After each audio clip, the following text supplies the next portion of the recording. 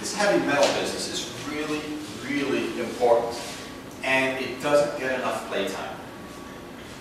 It is totally under the radar for most doctors, and it is an epidemic. Our own DNR is now prohibiting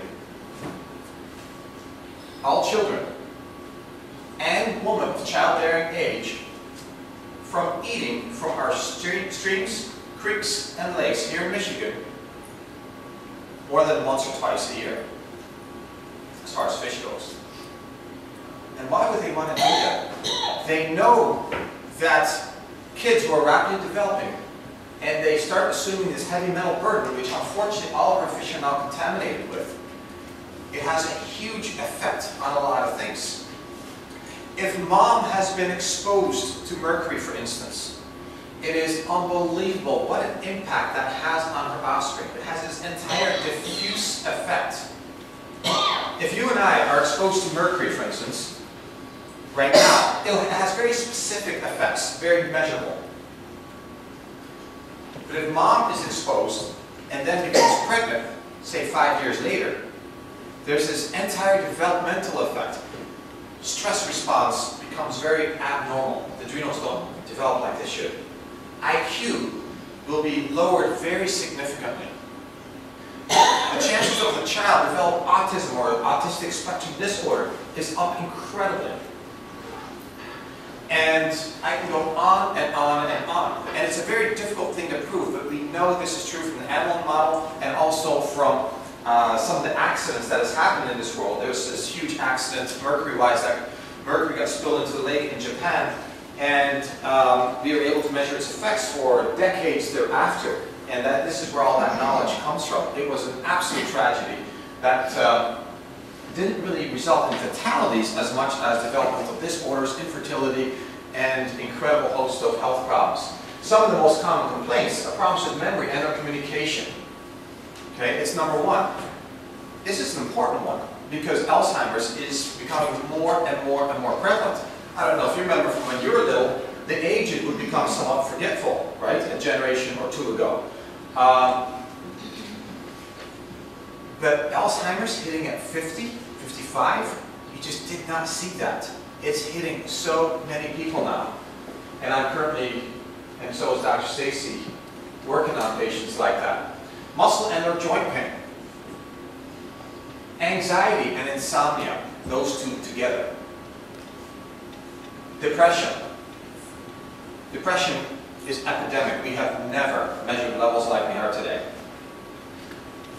Stomach, bowel, and bladder complaints.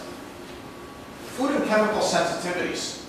Interesting study was done at Harvard where just a tiny bit of mercury gas was put in a rat's cage just to see what would happen. And they found that their sensitivities to other things went up 5-fold. In other words, it took this much to make a food lethal, some sort of poisonous food. Normally, it put a little bit of mercury gas, just barely perceptible. Only 1/5 of that food would then kill. So it just increases your sensitivity so much to foods. This might be partially why there's so many kids that come to us that have all these food sensitivities. Sometimes we don't know where to start. We just got a blood test in this last week, and of the 88 foods that I tested, blood work-wise, she was okay with only 4 foods. The whole thing was just colored, and we couldn't help but just burst out into laughter when we both looked at it. You know, what else are you going to do? It's not funny at all, but it's just unbelievable. And this gal had leaky gut syndrome associated with heavy metals. Yeah, and we've been working on that. So, numbness and tingling. So these are the unexplained paresthesias, we call that. This is where a nervous system is on fire and it does weird things. And a lot of these get misdiagnosed, by the way, as MS and syndromes like that. It doesn't have to be that at all. Eye symptoms. But really, what happens with heavy metals in general? You get increased oxidative damage. What is oxidative damage? It's happening to my car right now, and I don't like it. Yeah, my car is about almost 9 years old now, it is being attacked by oxidative damage. And I actually took it to the dealer a few weeks ago and said, look at this rust. And they said, yeah. But I said, I watch it every week.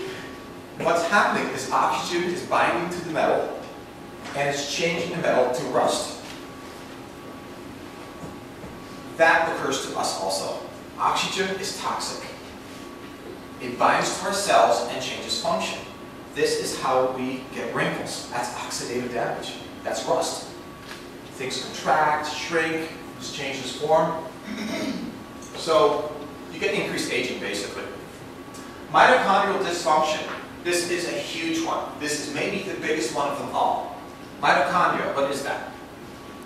Lance Armstrong just placed 12th in the Tour of Italy.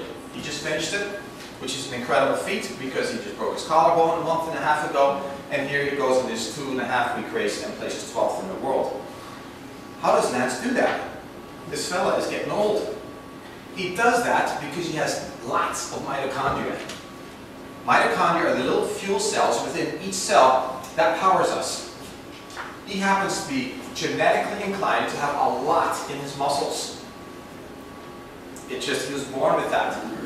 It's not all genetic, obviously. It's careful planning, training, good food, all that. That does not take away anything from what he's doing. But he's genetically inclined that way. It gives his muscles lots and lots of energy.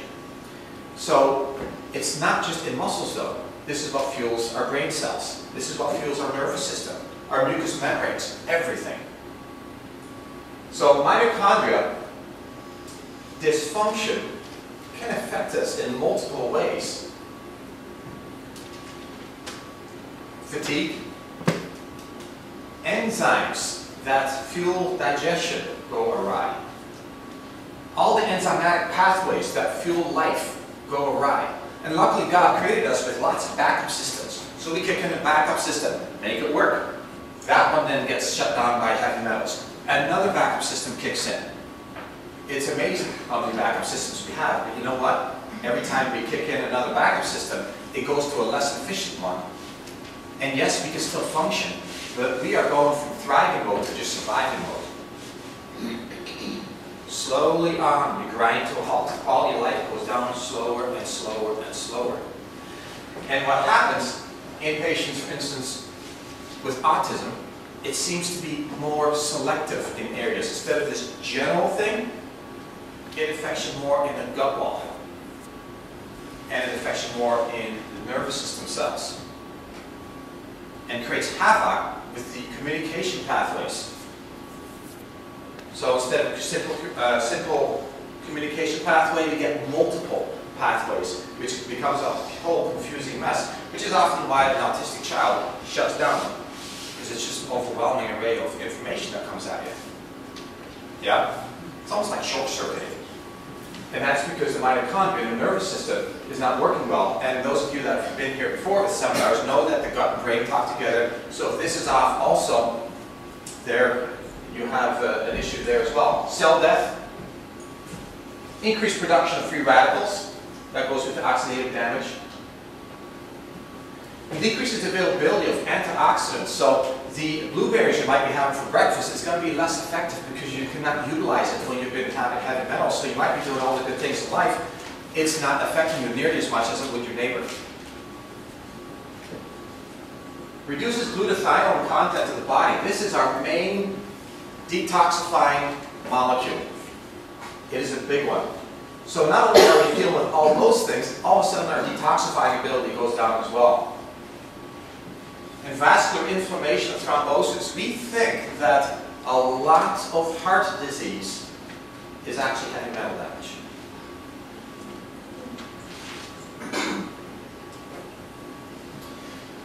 We're going to go through a whole bunch of them. Dr. Stacey picked out the most important ones.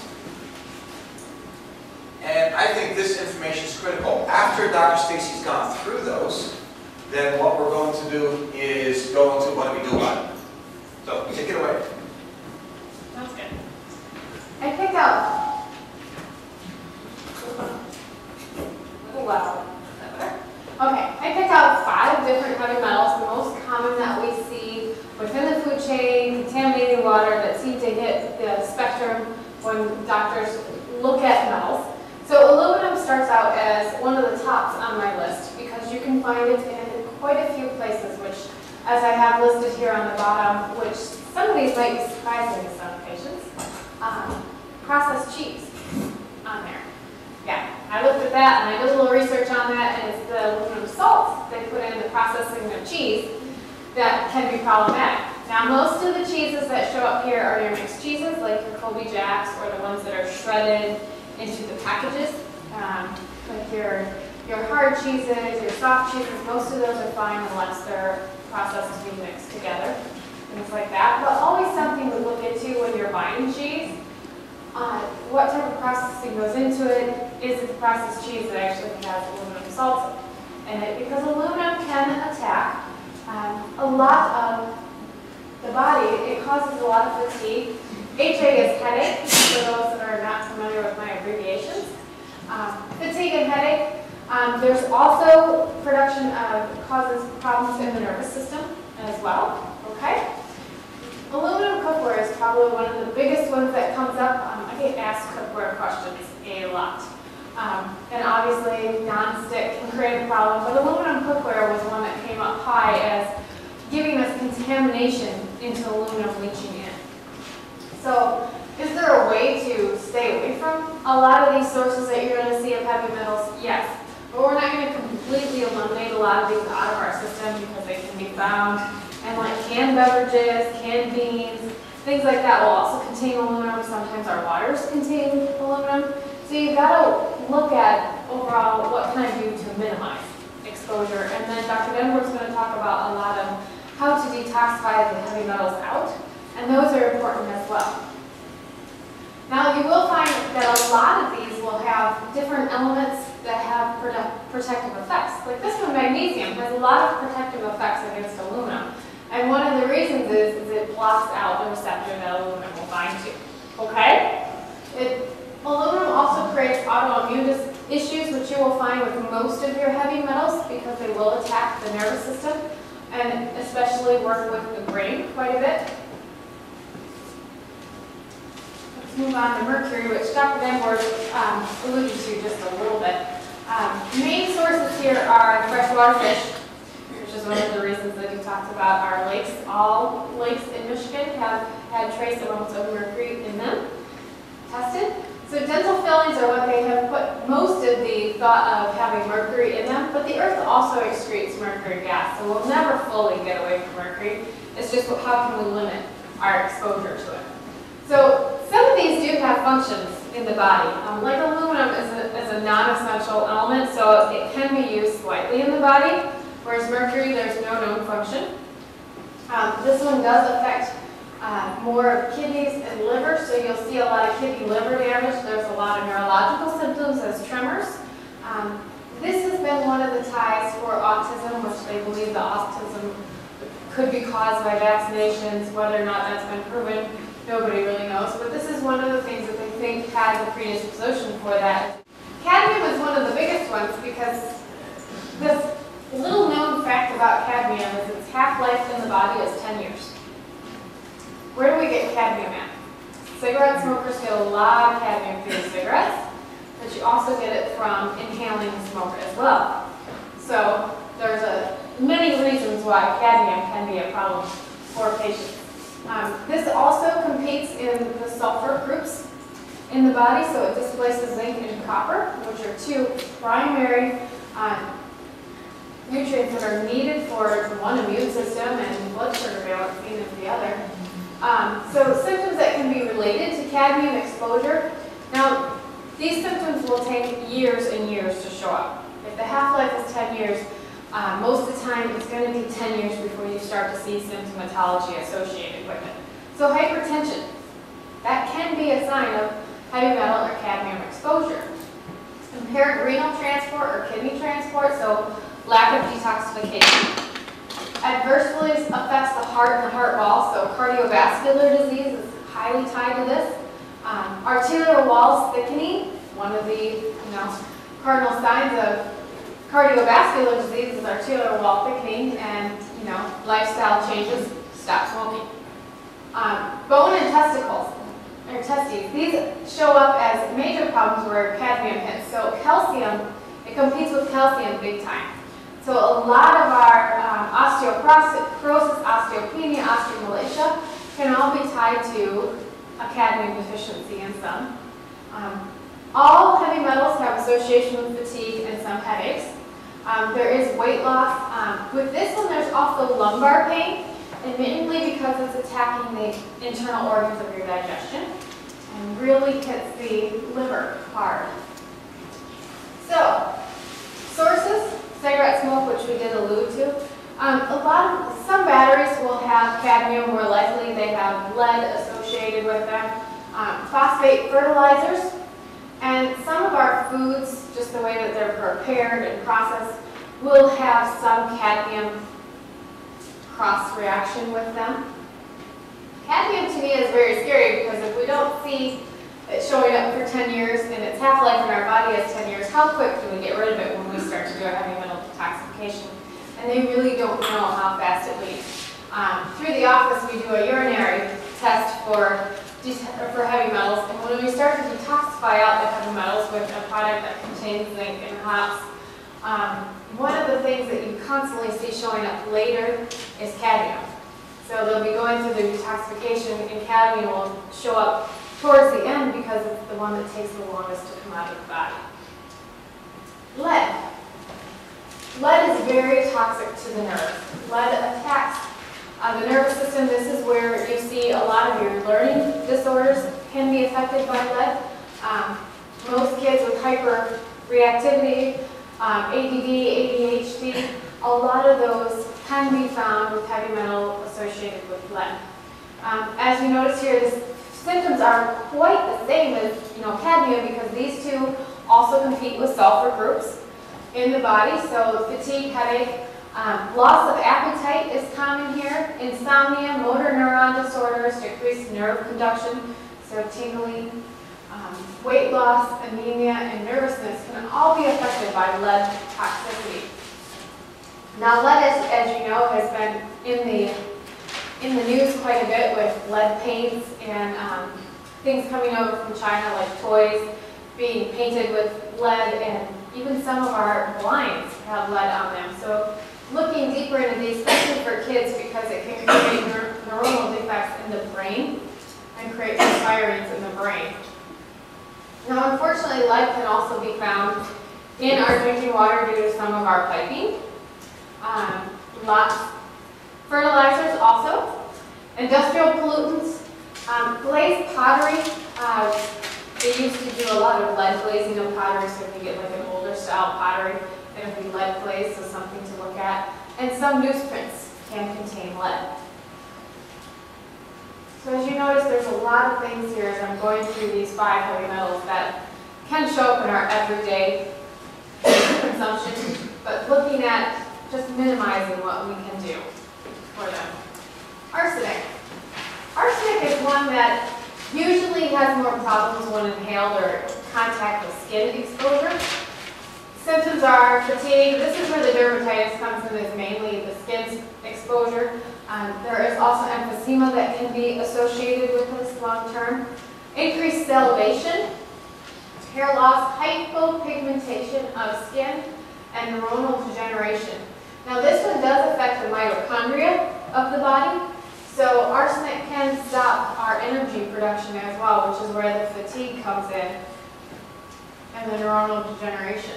Now, arsenic, very interesting. Some of our glass production, so if somebody's into blowing glass or making glass, it can be getting some arsenic from that contamination. Water, paints, rat poison, which I know quite a few people will use if they have those little furry rodents running around. Sometimes we use things and not even think about the side effects of what they do to everyone else. So this is just one of those where you look into what you're using, along with wood preservatives, like floor varnishes, things like that. Look at what they contain. If you don't know, call the manufacturer. If you're looking at somebody that already has a sensitivity, it's important to cover all of your bases and look back to what's creating a problem more than anything. Because usually with somebody with heavy metal toxicity, They have a low detoxification component anyway, so they're struggling, so they can be genetically weak in that area. So we try to take the stress off as much as possible and really help to support them in what you're looking for. Now there are different types of testing available, which Dr. Denver is going to talk about. The main ones that I looked at here were from hair analysis, but urine is always a secondary test for finding out what type of heavy metals there are. The problem with many of these is hair can be contaminated. Aluminum can be from the scissors. You use scissors to cut the hair instead of pulling it out. A lot of ladies tend to do more dyeing of the hair than men do, but a lot of the products that we use to either dye or permanent solutions for the hair will strip the hair of necessary minerals that would be in there. So like lead poisoning, a lot of times you'll look at your zinc levels as well as your magnesium levels in the hair to see what type, the extent of the lead poisoning is. You can't tell that if we have already used those products because they tend to strip the hair. Okay? On arsenic, I'm recalling a patient a decade ago.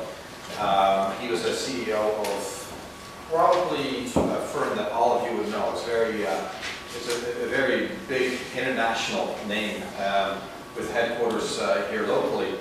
And this fella came in with severe Alzheimer's, was 53 years of age and could not even speak. Needed a constant companion, could not drive, had totally lost everything he had. Was head of the company in name only, his sons were running it, and even needed help putting his own clothes on. And I'm going into the history of trying to figure out what happened here, and we just could not figure it out simply because he could not communicate, and his wife was the only one that could do it. So we ran a hair analysis on this fella, and arsenic was through the roof. And so we started questioning him more closely, and it appeared that his symptoms had come on about a year after he had totally redone all of his wood decking around his house. Apparently it was a massive project. This was very much a handyman. Hand did all of it. It was the preserved kind of wood. Had obviously gotten exposed to all the wood dust, the arsenic, and that it poisoned him. His detoxification pathways were not working. And it fell this very high-powered mind CEO who, in his name, still has 3 polo farms in this area. There's nothing left. It's just a shell of his former self. And the damage at that point was already done because it had been several years. And at that point, we could only help him physically, not bring his brain back. So it's incredible how these poisons are around us and have a huge impact on some of us. So it's almost kind of scary, and I've never looked at wood quite the same since, as you would imagine. Yeah. Sorry to interrupt. No, we as consumers become much more savvy on these things because it's more of your old treated wood. Now it has more arsenic in it. We just picked up treated wood posts the other day, and they all say no arsenic in, but you still have to, if you're doing older projects and things like that, protect yourself. Yeah. All right. Moving on to metals testing for this bit. Touch a little on the hair, we'll let you cover the rest. Hair is really, was very controversial at one point because it was so inaccurate and there's so many discrepancies from lab to lab, and therefore that was a perfect segue for the medical profession to make fun of metal testing. They said blood is the only thing because, you know, blood is the holy anointed oil to do all our testing on. And if you can't find any blood, it's nowhere. Well, we know that to be not true at all, because blood is only good for current exposure. We had a gal who was exposed to mercury gas 2 years ago, a nurse who was carrying mercury in a vial of all places. There is some uses medically yet for some instrumentation. It fell on the floor, immediately scattered all over, had mercury gases exposed to her, and had mercury poisoning. Came to my office immediately that day. I put her on a protocol to protect her and told her to get blood work immediately because blood will measure current exposure. It's very good for what's happened in the last month. And it showed sky-high mercury. Luckily, we were able to be right there, bind it. Luckily, just with vitamin C, believe it or not. Ultrapotent C will bind current exposure. And she's fine today. She does not have residual mercury except what's considered normal at this point. So blood is really good for heavy metals that are current, so you can also measure eating a lot of salmon, for instance, from Lake Michigan, how is it affecting you, and blood will do that. Hair is really the best for long-term use because as we are exposed to heavy metals, we store it in our bones, in our brain, in the soft tissues, especially fat. That's why it likes to go to the brain because it's 70% fat, brain is. And hair, isn't it? Because these metals just slowly leach out, because we do have detoxification pathways that pushes out mercury, pushes out lead. It might be minuscule, but it's there. It pushes it out into the nails as well as the hair. So therefore, we can have a pretty good measurement of the whole spectrum. That's what we like it for. If we need an overview of all heavy metals, we use hair. Quantity-wise though, it's not real great. There's a lot of variables there depending on your detoxification pathways. And if your body's able to push it out faster, then it's going to show up more in your hair. Does that make sense? But it sure is good to have an overall picture sometimes. Stool analysis is really fallen by the wayside. Some doctors are still doing it. That's the only reason I mention it. It is highly unreliable and really not to be used. But it is one of the methods that we've used in the past. Urine has really come out as the king. If you look at all the research institutions, including in this country, we are using urine because it is by far the most accurate. Its downfall, and by the way, this has been in use since 1938, so we really have a long track record with this. And like anything else, they kind of fell in and out of favor. But it's always remained consistent, very accurate. Not many what we call false positives. In other words, if it scores, you've got it. And the only downfall with it is the urine analysis that we utilize. We can test for 11 different metals, but only the top ones will show. So if lead shows up, well, maybe there's mercury that's number 3 down the line, and that one will not show. So you work on the lead, and you get that out of the way, you retest the urine. There's another one that I didn't know about. So sometimes the hair analysis is nice, because then at least you got the whole picture. But the urine analysis is affordable. It's less than 40 bucks to do and very accurate. And it also shows us if our current therapy is working, because we've got a baseline. You institute therapy, which we're going to show you right away. And if it shows increased mercury content, that means we're pushing it out. Yes, it's working. Yeah, or you got to try something different, because no patient is the same. And therefore, sometimes what works for one doesn't work for another. Any questions on the heavy metals as far as testing? So, how accurate is the urine test? The urine test is accurate within 1%. Oh. Yeah, it's reproducible from time to time to time to time. Yeah, the only time that is not accurate is operator error. When we're not quite doing it right. Not a big enough sample. Yes. So, heavy metal detoxification. DMPS, DMSA, calcium EDTA, sodium EDTA. These are the ones that are most commonly used and approved by the FDA. They have their strengths, they have their weaknesses. They all push out the heavy metals. But all of them have problems. They have side effects. They are expensive, time-consuming, and for example, the DMPS. I like that one to give you a shot with it, the DMPS, because it pushes things out and then you can measure things in the urine. There's more elegant ways of doing it, but it's good for that. However, it also, if you use it as a chelating agent, you need about 30 chelation treatments of this. It strips your body of some very important trace minerals. Copper, sodium, calcium, and it leaves the patient weak. And just the whole enzymatic system of life in disarray. And I've seen patients not quite come back from that. I don't really care for these systems. And back on my old home territory, the Netherlands, this has fallen out of favor about 2 decades ago. Here it still gets pushed pretty hard. Not quite sure why, because there's much more elegant ways of doing it, but these are the ones that are being used. I was at a very interesting 3-day conference on heavy metals a while ago in Florida, and this was a really neat conference because it was international, but for once USA was really represented very well. It seems like we're doing a good job with research on heavy metals at Harvard, Yale, really the Ivy League schools are doing this. And one of the presenters there demonstrated how that DMPS, that's by far the most common by the way, DMPS was able to get rid of lead and was pushing it out at 10 times the normal rate, which is very impressive. But when you quit after X amount of treatments and then re-measure the lead again, just whatever lead content was coming out through just ordinary urination, back to square one. We're again measuring lead. In other words, it started up some detoxification, wasn't able nearly to get rid of it all, and it just came right back to the levels streaming around, poisoning this patient as it was before. Very, very discouraging. And I could tell by the attitude of this presenter that, hey folks, what you're doing is just not working. It's not worth it, because we're leaving the patient in weakened state and you're back to square one and worse when you're done. So why even bother? Why this problem? It is because we're looking at it in a very simplistic way. There's a metal there, let's get rid of it. Let's not forget about the patient here. They have erroneous detoxification pathways. There's something wrong with how they are detoxifying.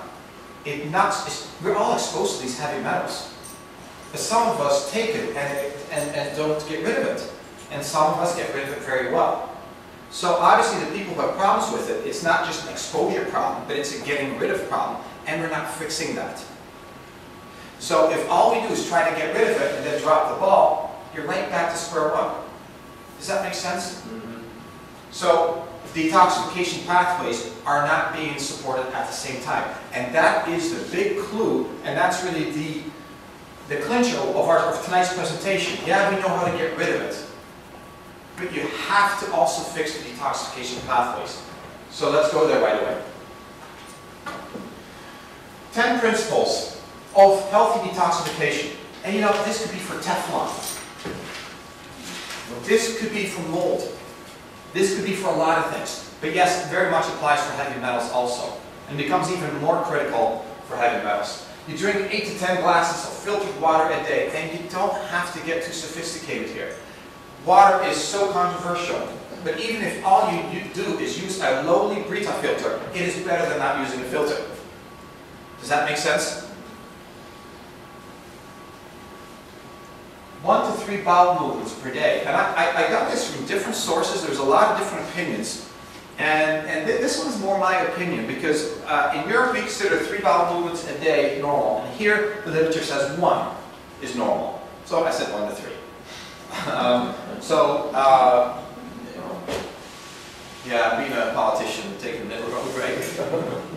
So, but more is not always better. Once you exceed 5, you're starting to talk irritable bowel, and it's not a normal thing anymore. Does that make sense? And less than 1 is also not normal. Eat organic. So when you do have a toxicity issue, let's not load you down with more, because microscopic amounts of pesticides, residues of certain heavy metals, which is found in some pesticides, so especially aluminum, we don't want it in your body right now.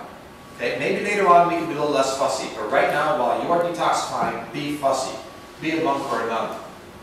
Be strict, in other words. Eat 8 to 10 servings of colorful vegetables. Rainbow diet. Absolutely critical.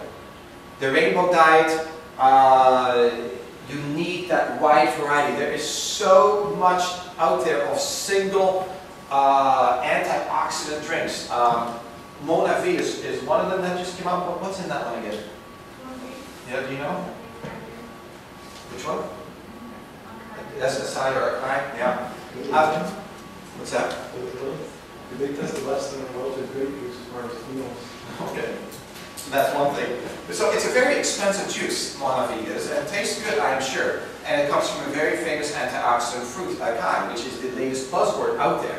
For $35, you can have a nice bottle which has about 10 servings.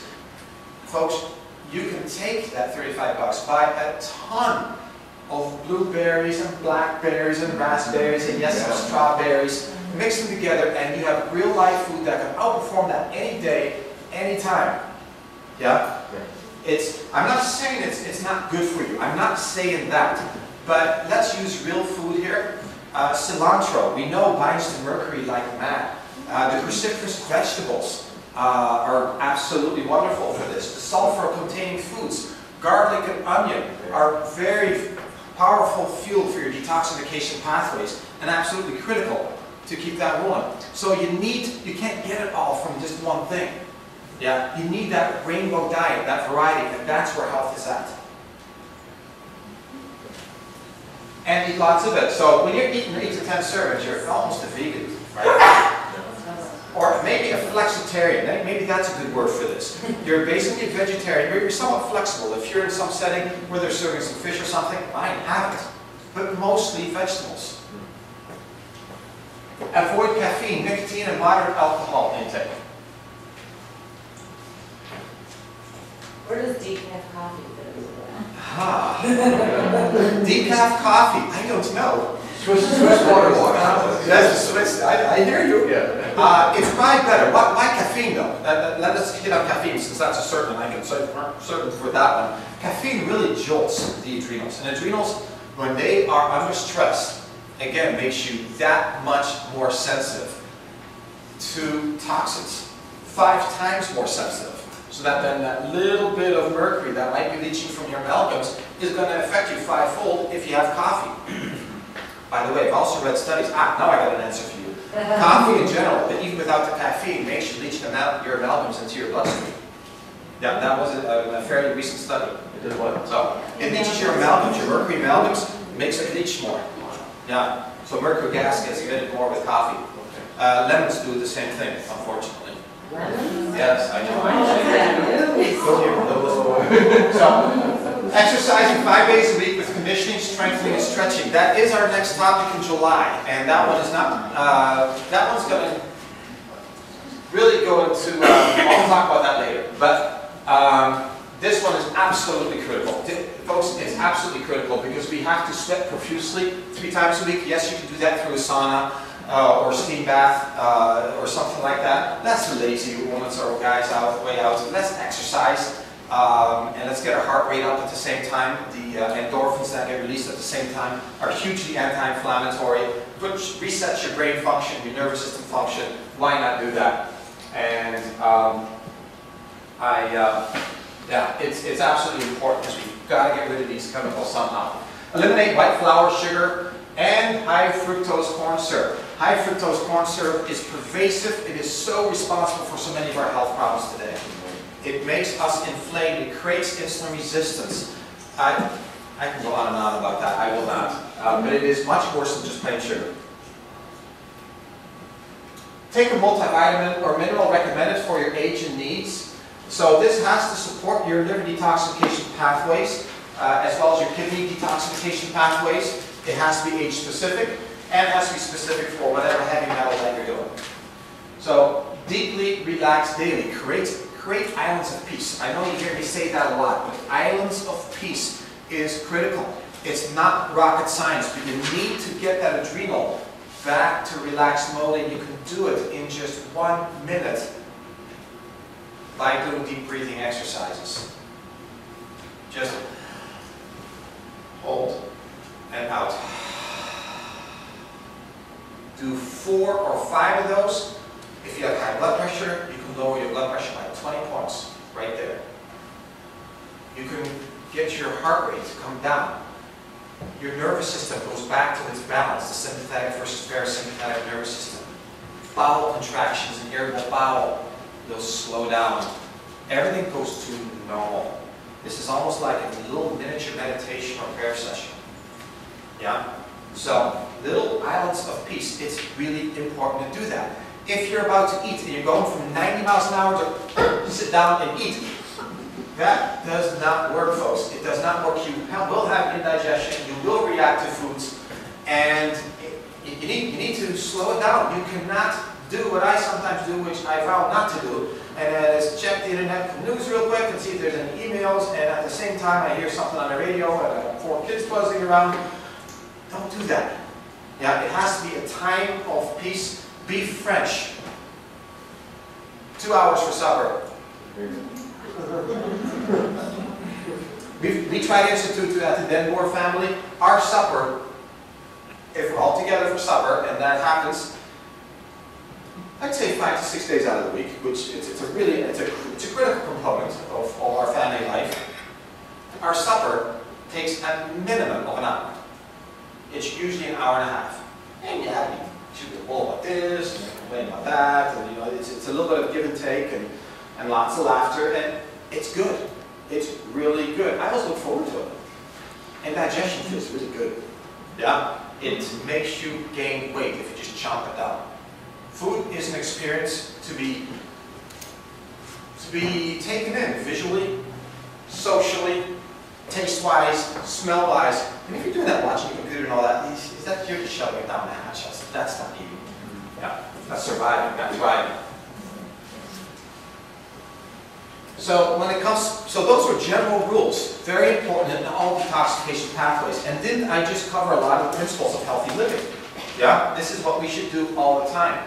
But when you get specific for heavy metals, you got to obviously identify and remove.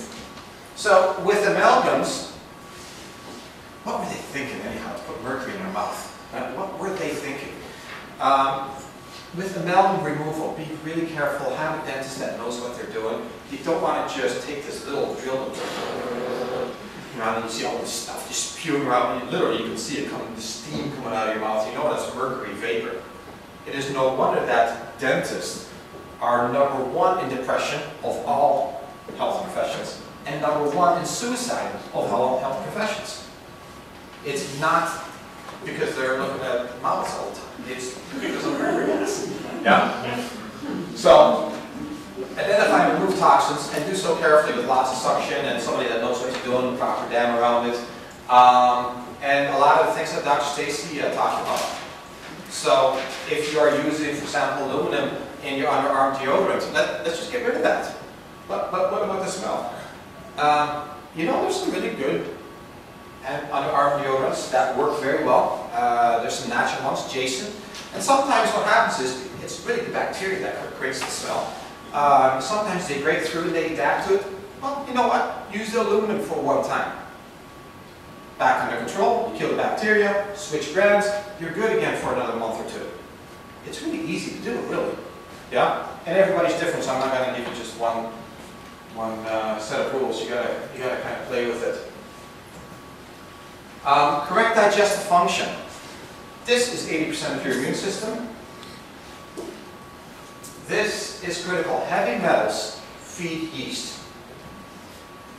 Yeast displaces bacteria. Other bacteria then come in. This is changing brain function.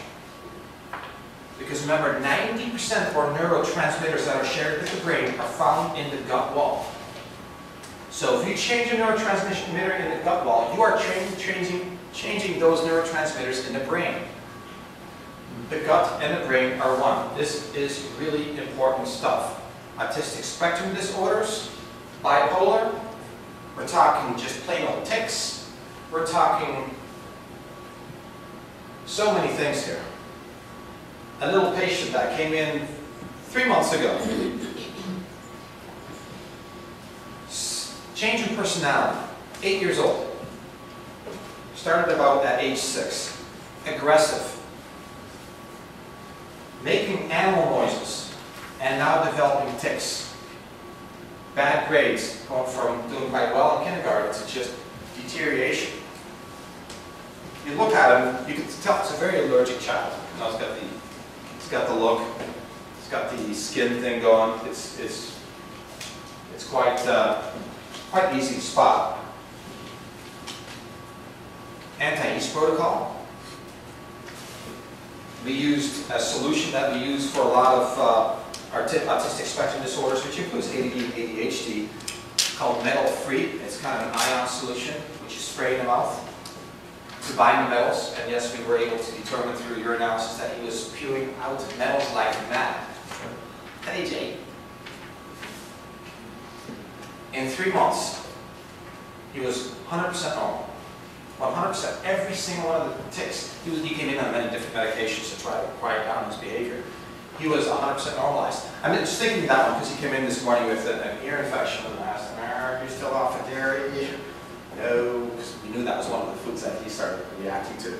And we had slipped up because we thought yogurt was okay. And so he came in this morning with an ear infection. We think we got him back on track nutritionally. But he's still behaving fine. He didn't have a speech impediment that he did. So it was good to reconnect with him and hopefully steer him back on the right track. So digestive function was definitely part of that. Enhanced blood and lymphatic system. This one is exercise. Yeah, and eating the rainbow diet. Optimize the detoxification system. So try to figure out where did the detoxification system go wrong. You know what? You can go back in family history and you can figure out, okay, what diseases are running through there, and figure out these are the weak links and that's what we need to work on. Most of the time it's phase 1 or phase 2 detoxification within the liver. But it could be something called methylation. And you don't have to be able to put names on all this stuff. But methylation is just one of our detoxification pathways within the liver that binds methyl groups to estrogen. So if you have a history of breast cancer, or PMS, or yes, Alzheimer's, because this affects the brain also, or cardiovascular disease, because it really affects the arterial wall, and the doctor sees that, or you see that, then you know, oh, there's probably something going on with my methylation system. And all you have to do is give this patient more folate, along with B12, preferably 5-tetrahydrofolate, which is a precursor, but that's just a detail that I'm just spewing out for completeness sake. You don't, never mind memorizing that kind of stuff. But the B12 and the folate will fuel up your methylation pathway. Your estrogen levels will normalize. Alzheimer's risk goes down. Detoxification pathways work harder. All of a sudden you become clear-brained. It's like turn the switch about 6 weeks later, and whoo, I'm alive. The colors seem brighter, and you have more energy. Really, really important. Yeah? And there's different ways of measuring this in the blood as well. So, detoxify mind, body, and soul. This is kind of a fuzzy topic, obviously, but very, very critical. If we are spiritually unbalanced, will it affect us physically? Absolutely. Will it affect our mind? In a huge way. Does that create stress? Let's go back to the physical here for a sec. Yes. So what does stress do? It makes us more sensitive. It slows detoxification pathways, and all of a sudden we become reactive. That gluten sensitivity that we have might actually be from stress in the past, which made you hypersensitive to it. It may have been a spiritual imbalance. Mind, just a stress thing in general. If you're one of those Dutch drivers that get stuck in the traffic jam, it's epidemic over there, by the way. We have it so good here. But you're stuck in one of those 13-mile traffic jams, which is not uncommon over there. You're like this. Yeah, obviously you're going to become more reactive. Those fumes are about to become very carcinogenic for you. The fumes coming out of that tailpipe in the car next to you, because you're very stressed. You are in a stress state. And it does impede your detoxification, and it will give you cancer. Yeah? Kind of a funny way to look at it, but it's true. So, mind, body, soul, we need to have that balance. And you know what? People are always telling me that, oh, I'm trying to balance my life. You'll never find it. Ever. You will never find it. This isn't a perfect life, but it doesn't mean we shouldn't try for it. And recognizing when something's way off balance, oh, we got to work on that. Meal time's 15 minutes. Oh, folks, come on. We got to do it. We've got to do at least a half an hour, right? So we got to recognize that and just try to balance it, recognizing we can never create that elusive, perfect balance. It just isn't out there. Although this morning I think I met someone, he just got back from a 1-month vacation in Hawaii. Oh, wow. Yeah. Got me nuts though. Okay, so heavy metals, its impact on society is huge and increasing incredibly. And it is because us, the host, have become weaker. And there's a lot we can do about it. One of the things that we do utilize for detoxification is something called MetalloClear. I am very excited about MetalloClear. It's what we use about 90% of the time because it has been proven to outperform all those things like DMPS and others. It is an extract of Humulus lupulus, which is hops, along with some other things like Anagraphis plus, and it fuels up excretion in such a major way that you can get up to 10-fold excretion of all your heavy metals across the board. And it's done safely without side effects. It leaves the trace minerals alone. Very exciting product. It's been around for about a year and has been clinically trialed, written up, graphed out. We know how it works, and it's probably the major breakthrough that I've come across. We've worked with heavy metals for many, many years, and have had success with it using different things, but I've never seen it shortened by this much. Some people are done with heavy metal detoxification in just 6 weeks using this protocol, but before it would have taken me almost a year. So I am very excited about it because it's become very affordable and accessible to a lot of patients all of a sudden.